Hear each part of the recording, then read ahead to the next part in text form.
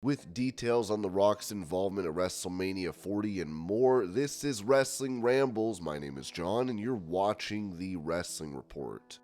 Before we move on, make sure you subscribe to Wrestling Rambles with notifications on, and don't forget to like the video.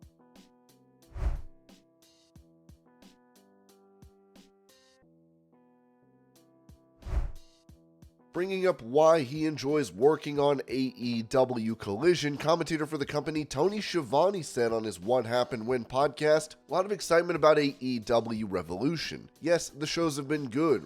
I really think that Collision has been great. It has been. They've been great shows, and I'm just really excited about after we do the shows, I'm thinking that was a damn good show. Not saying overall it's a better show than Dynamite, but at times it's a better show. Some weeks it is a better show. In the natural course of things, it happens like that, and some weeks Dynamite's a better show. But I've been very, very happy about Collision. I really enjoy working with Kevin Kelly and Nigel. I really do. We've really developed a friendship, and we get along with each other, and because I do a lot of the announcing on Collision, I really do that much backstage at Collision. Tony Khan told me just be an announcer on those days, so I kind of go back and stay in the announcer's room the entire day without running around, being a pain in the ass like I normally am. So those are good days. I really enjoy Saturday.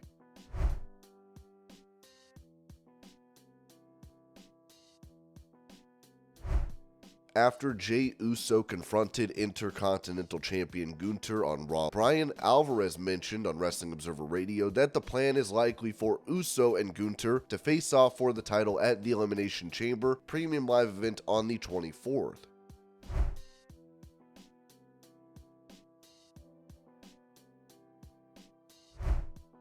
Providing an update on his health following a medical procedure, Booker T noted on his Hall of Fame podcast, "First of all, I want to thank everybody for all of the support and all the well wishes, telling me to get well and get back on track. I'm going to get back as soon as I can. I'm going to take a couple weeks off, but rest assured I will be back live and in living color. Doing it like it's supposed to be done, but I'm going to take these days off to relax. I'm relaxing. I had a medical procedure. I don't like putting my business out there. If I was dying, I'll let you guys know. I ain't dying. I ain't dead yet or anything like that. It is something that's going to keep me down for a couple weeks. I don't like being down. I like being on the go and working out. That's been my thing for forever. Being able to get up in the morning and being able to train. Before I go to bed at night, getting in the gym to train. This last month or so, I haven't been able to do that. Right now, I'm on my way back to getting to that point. I feel good. I'm sore as hell. I feel good. I hate I missed Vengeance Day. The action was action-packed. I was sitting and listening, and it just didn't have the same feel. Wade Barrett didn't have enough rhythm, especially to his cadence. As far as the show goes, awesome show."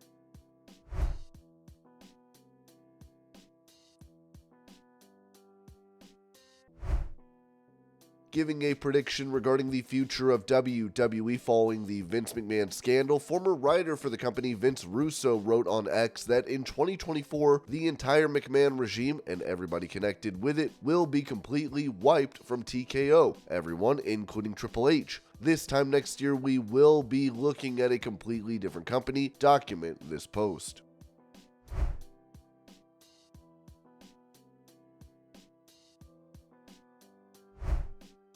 Sticking with Vince Russo, he had this to say about The Rock taking on Roman Reigns at WrestleMania 40, noting on his Legion of Raw podcast, "Bro, why would The Rock do the job for Reigns? You think Rock gives one crap about getting more heat on Roman Reigns, which gets more people behind him? Bro, this is the wrestling business. The wrestling business is about me, myself, and I."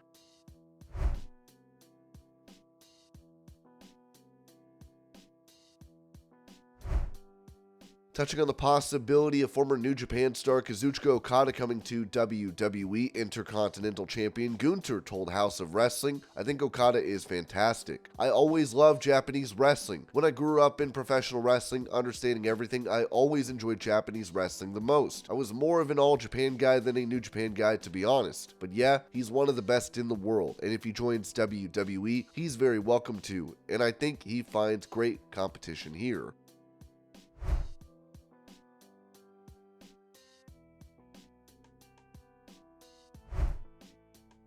Taking to X, former WWE star James Ellsworth gave a suggestion regarding the situation with Cody Rhodes, Roman Reigns, and The Rock, writing, "Here, I'll fix WrestleMania where everyone's happy and it all would make sense. Drew wins the men's elimination chamber for the right to face Seth. The Rock versus Roman Reigns night 1 after Roman actually accepts his challenge. Cody gets winner night 2 cause he won Royal Rumble."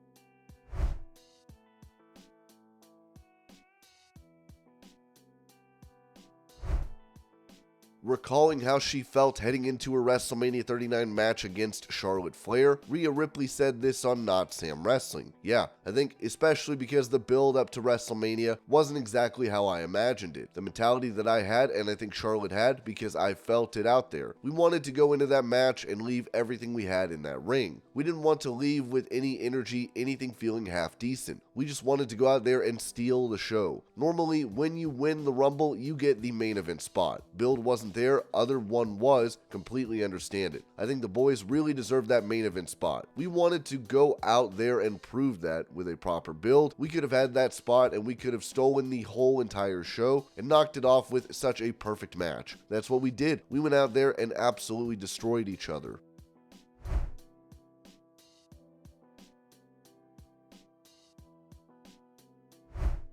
Following Monday Night Raw, Sami Zayn and Cody Rhodes would talk to fans in attendance. Here's the clip. I have to say to you, it doesn't even matter what I think or what I have to say to you. What matters is what they have to say to you.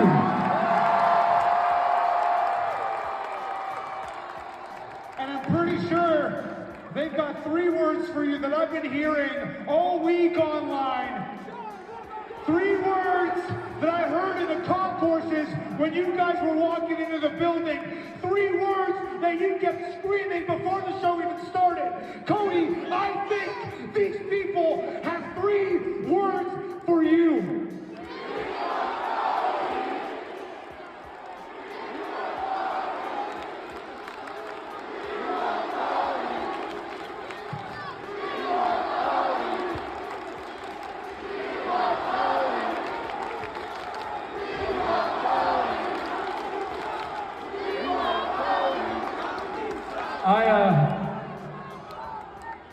They're freaking out right now because I'm bleeding.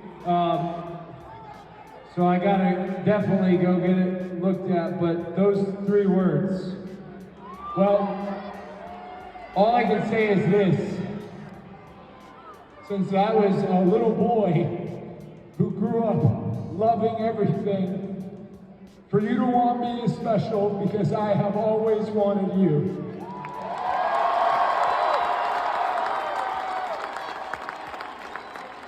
I love you guys so much. I'm sorry I'm an emotional mess.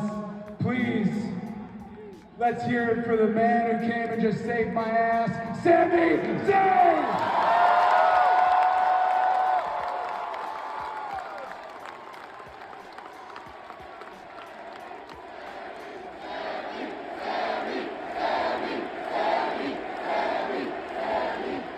It's been a wonderful night, a long night. I hope all of you come back the next time WWE is here in St. Louis.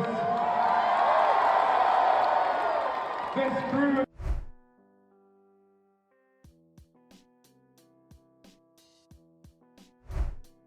Revealing the internal reaction to the negative chants for The Rock from last night, WrestleVotes reported, "I am told the Rocky sucks chants that took place last night on Raw totally threw certain people off. While this viral reaction story was leaned into last night, that part of it was something unexpected."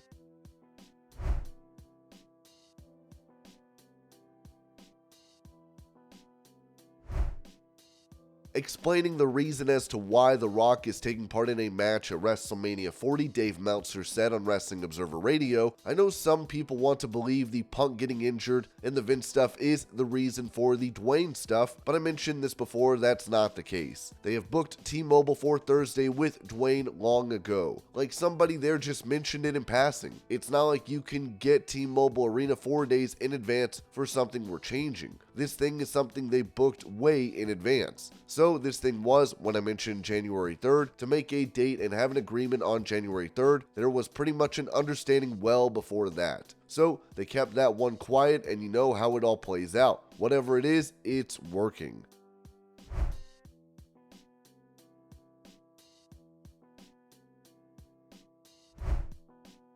Mentioning the impact that the controversy surrounding The Rock has had on ticket sales, Dave Meltzer said on Wrestling Observer Radio that last night's Raw a couple of days ago, they had 7,600 tickets out. There are over 10,000 people there tonight. I mean, you don't move that many tickets from Friday to Monday ever, so whatever it is, people are buying this thing. They're paying to see it. I think there's going to be a ton of people that will be on Thursday.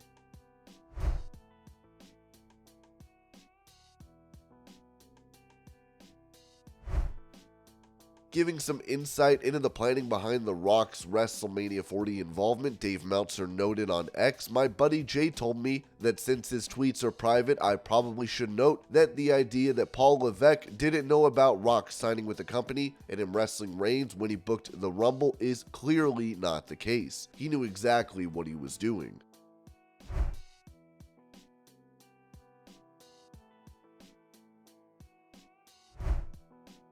On X, New Japan star Gabe Kidd took a shot at AEW's Jack Perry, who has been appearing for NJPW as of late, writing, "And someone tell Jack Perry if he wants to get in a scrap backstage, I'll see him in Chicago, little rat. Can't get booked by your own boss, so you turn up to our shows. We don't want you, you little twat."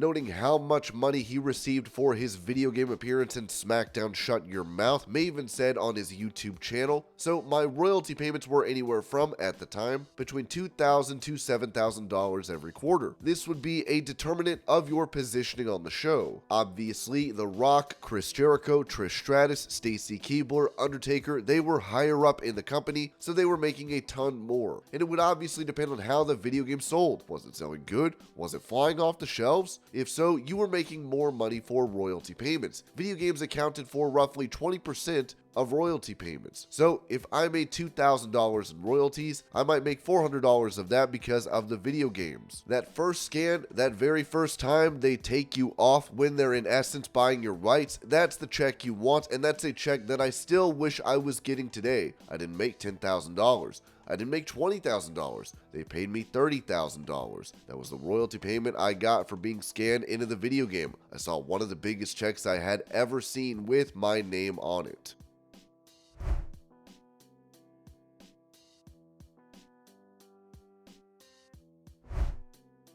Mentioning the reaction to those in WWE when TNA Knockouts champion Jordynne Grace showed up at the Royal Rumble rehearsals, Sean Ross Appa Fightful Select noted that when Grace got her blood work done on Monday, then showed up at rehearsals on Thursday, people were congratulating her on signing with WWE, and she was like, "No, TNA."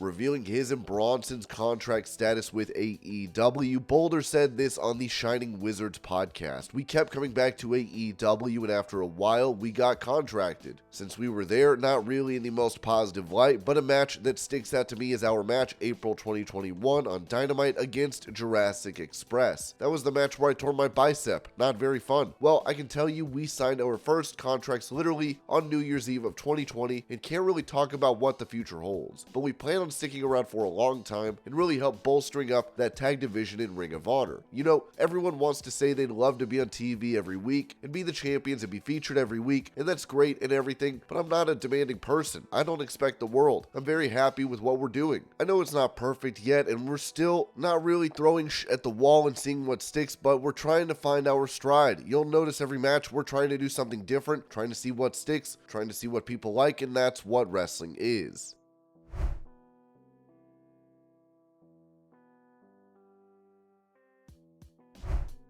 When it comes to a top prospect on the free agent market potentially signing with WWE, Ringside News wrote that one of the most prominent female free agents in professional wrestling, Camille, has recently wrapped up her tenure with the NWA at the beginning of 2024. Her NWA run was highlighted by an impressive 812-day reign as the NWA Women's Champion, a remarkable accomplishment in the world of wrestling. Initial reports had suggested that Camille was in discussions with WWE, but it now appears that those negotiations have ceased. According to PW Insider, Camille has engaged in deep discussions with AEW, hinting at her potential destination. These talks with AEW not only revolve around her wrestling career, but also offer her the flexibility to explore acting opportunities. Camille apparently discovered a passion for acting after portraying former NWA and AWA champion June Byers in an upcoming Mildred Burke film, and she now has representation in the acting industry. Regarding WWE, it is confirmed that she was offered a deal with NXT. However, as previously mentioned, those discussions have come to an end.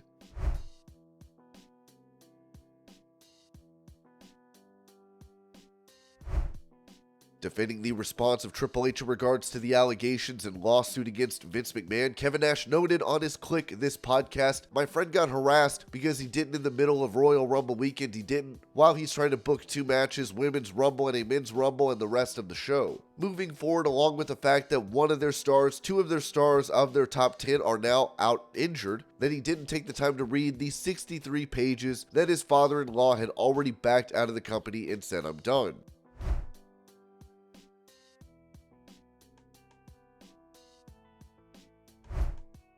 Staying on the topic of the Vince McMahon scandal, Dutch Mantel had this to say regarding it on his Storytime podcast. They can, really. For years and years and years, Vince McMahon was all over at WWE television. So I don't know how they could erase him. I mean, they could, but they'd have to get somebody to say a voiceover. They'd have to get that erased, and it'd be a lot of trouble. This is the biggest story I think wrestling has had ever. I don't think the Chris Benoit story was this big.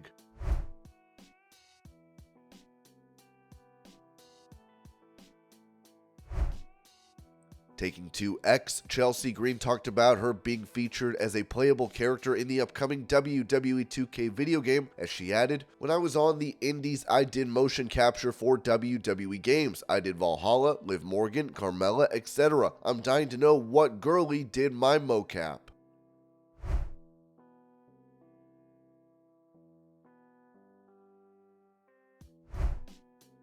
Speaking about his previous run in WWE and how his faction Hit Row did during that time, Swerve Strickland told the Smooth Vega podcast, "That comes from experience. I had a different experience than those guys had. I've known how to build myself from the ground up on the independents. I knew how to wrestle, get here, get to there, put on performances and matches, and then go, how do I get that? Then monetize that into this and make this into something. Everything throughout my career, and to this day I apply. One thing leads to another and to another. That's kind of how you see those little things in my entrance and my music, my wrestling, my look, the sound, all that was weaving together from going from here to hustling. That's something those guys still need to learn. It's tough in that organization, WWE. It's really tough creatively when you don't have your hands on your creative, and it's left to the powers that be to maneuver you how they see fit. And that's not easy for anybody. For me, I was in a place where I knew I needed to be. I needed to be at AEW. When I got the phone call to go back, I didn't even answer it. It was, nope.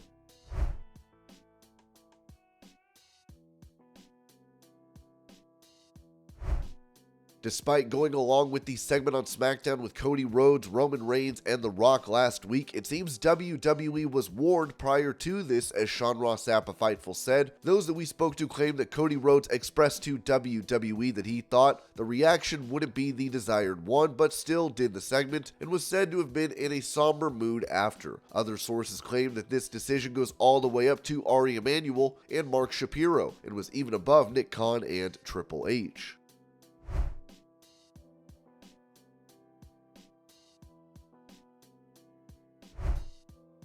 as it looks as though fans may have turned on The Rock, which could make him a heel going forward in the eyes of the viewers. This was apparently not the plan, with PW Insider reporting that WWE absolutely took notice of the Cody Rhodes reaction, and there are some who have pushed for the company to lean into it, feeling it will make Cody a stronger babyface by playing up the fan surge into him. The plan here was never to turn Rock heel or to have it come across, even to smart fans, as if he was maliciously taking Rhodes' spot. As several in WWE pointed out, they can adjust the plan week by week to make it make sense.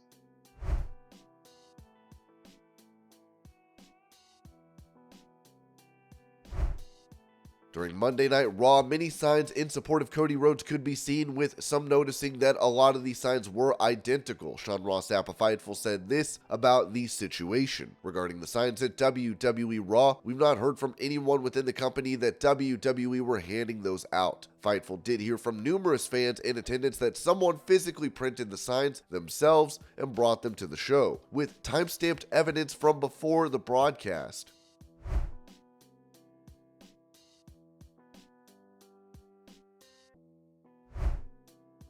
With it rumored that she could be announced as a member of the All Elite Wrestling roster on Dynamite, Mercedes Mone posted this cryptic message to X, writing, "Oh, it feels good when executing a vision."